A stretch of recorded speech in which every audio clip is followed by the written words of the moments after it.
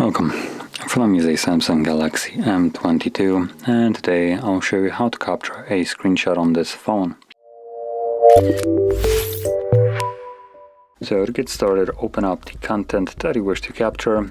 I'll be using settings as an example for this, and once you have it open and visible, thing that you want to capture, simply click on power key and volume down at the same time. You get this animation around your borders. If you're doing this for the first time, the device will want access to photos, media, basically place for it to save the screenshot. Then you get this pop-up. It will stay here as long as you don't interact with it. Once you do, it will disappear. This is just for the first time use. So we have share option, edit option, and we have also a scrollable screenshot option. So if you click on this, it will scroll down a little bit. You can keep on clicking if you want to keep going down, and this will elongate the screenshot that I have captured, so to capture more than just what's visible on the screen as it normally does.